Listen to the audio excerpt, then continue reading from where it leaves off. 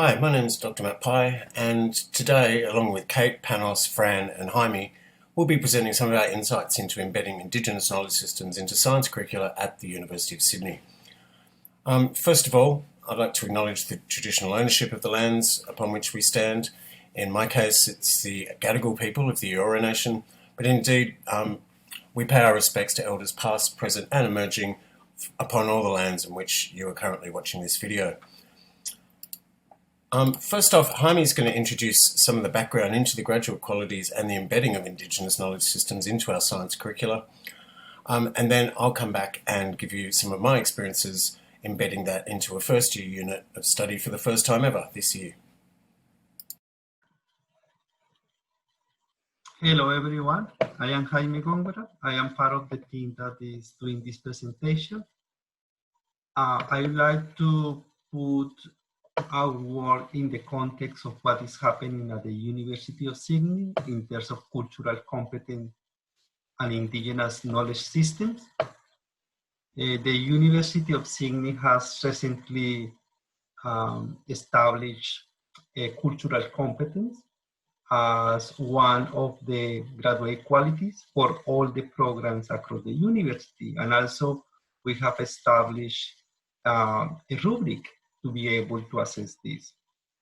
So this is a work that is happening across the university, but for the Faculty of Science, where this work has been undertaken, we have been focusing in different aspects related to animals, the environment, agriculture, astronomy, different aspects of the natural world.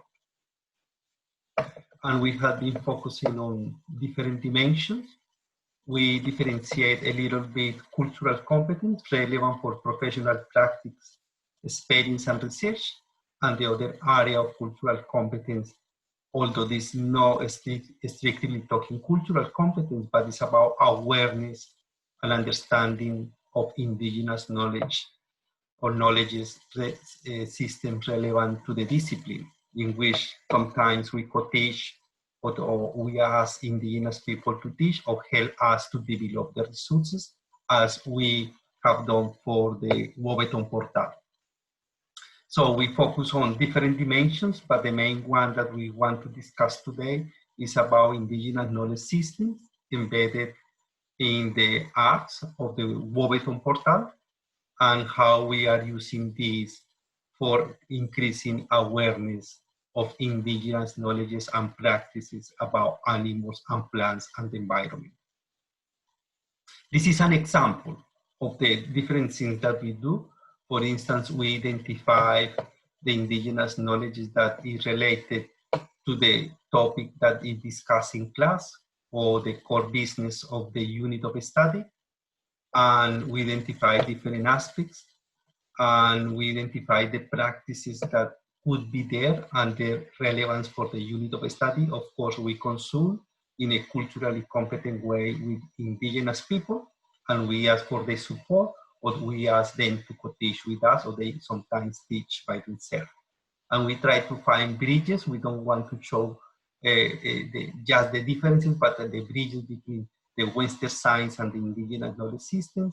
And on the right of my presentation, you could see some flow that we have from early years on the bottom to the senior years, in which we teach Indigenous, or we foster the awareness of Indigenous knowledge systems in our curriculum of science, not only in biology, not only in genetics.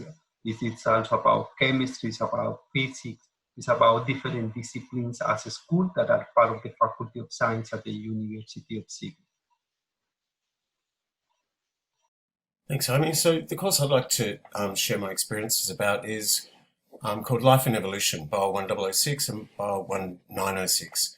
It's a first year, first semester course with around 800 students enrolled from a diverse range of backgrounds and ethnicities. So by embedding Indigenous knowledge systems into this course in particular, I knew that we'd always have a very far-reaching impact. The experience that we're basing it on is a joint partnership between the Warburton community and Sydney University. The Warburton community holds the most of its artwork of any community in Australia, and are using the portal as a way of maintaining that information and being an incredibly important resource for the community itself. It's a repository of hundreds of artworks and stories, and the portal itself is a sustainable, long-term, and also, importantly for me, sanctioned for teaching at the University of Sydney. This relationship allows us to understand the stories behind a lot of the artworks and the narratives involved, but also, importantly, introduces students and Western culture to the complexity of understanding in the community, the relationship between the artworks, the stories, the animals, the plants, dreaming, country, everything, all embedded in one. So it's an opportunity to engage students to reflect on Indigenous knowledges, and my chance to introduce this assessment into my course happened, of course, during the first week of COVID, which changed some aspects of it, but I think in the end actually worked to its benefit. So a long-standing goal of mine had been to incorporate Indigenous knowledge systems into the biology course. We teach about the animals and plants on this land. It's absolutely imperative to me that we also embed some of the knowledges that are associated with this country and with the evolution of the flora and fauna on the Australian continent. However, despite my passion, 8 years passed, and it was things like fear, hesitation, that wanting not to do the wrong thing by Indigenous peoples and by the cultures that I was going to represent. I had to, the respect and the authority and the ownership of that knowledge was always the central focus point to me about respecting that. I didn't want to just take something and embed it. I was searching for networks to actually create these relationships, but I was stuck. I was stuck out of fear. Even though I wanted to do the right thing and to do the thing that I believed to be absolutely imperative, I was frozen. And it wasn't through some of my relationships at the university that I met Panos Kouros, who was involved inextricably in the development of the Warburton Arts Portal. Now, this portal, importantly for my purposes, holds information in words, and I'll come back to that in a minute. But most importantly to me, all the content in it was approved by the Yangandara people, and so is the use of the portal for education purposes. So for me, that meant that I wasn't going to violate any trust, or overstep any boundaries with regards to the content that I was going to embed in the course.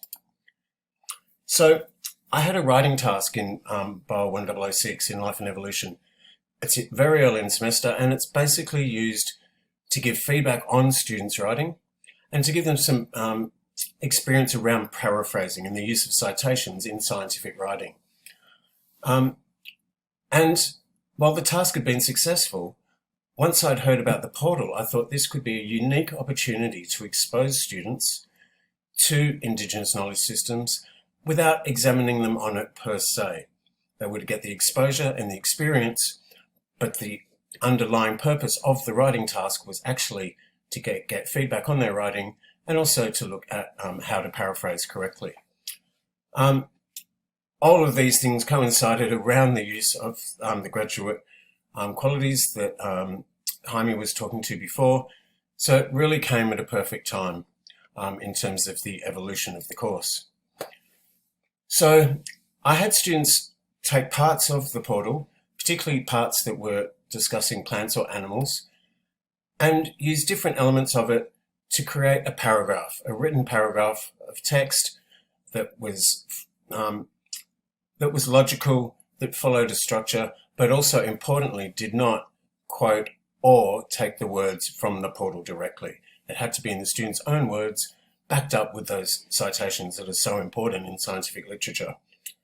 So while not assessed on Indigenous knowledge systems per se, only through deep engagement with the portal and with the knowledge could you attain high marks. They would be the responses that showed the greatest synthesis of ideas and also really understood the purpose of the assessment, some of the deeper purposes of the assessment.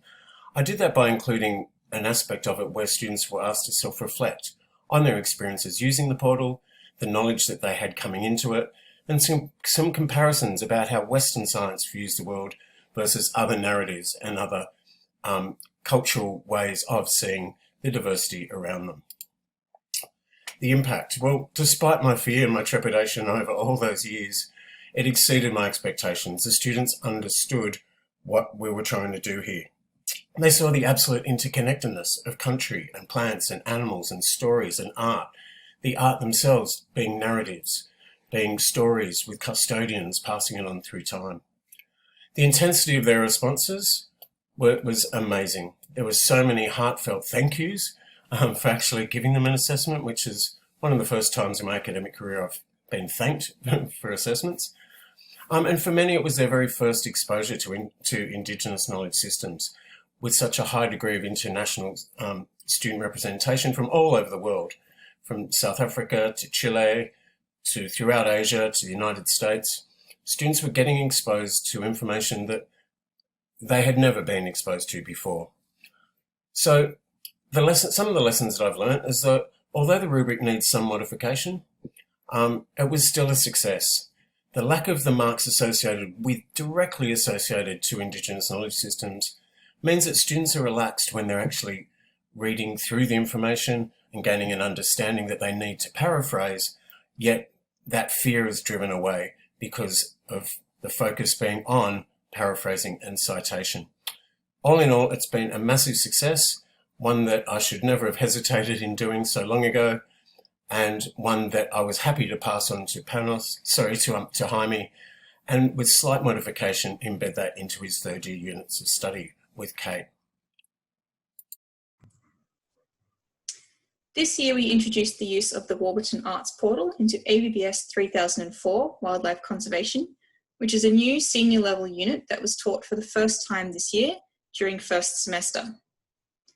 This unit has enrolments of approximately 60 students, and it is a core unit for students in the Taronga Wildlife Conservation Program, as well as being offered as an elective to animal bioscience and other science majors.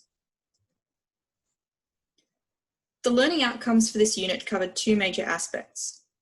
The first learning outcome was to develop communication strategies for community engagement, which is a continuation of learning outcomes in earlier units of study that build up the students' general awareness and approach to cultural competence.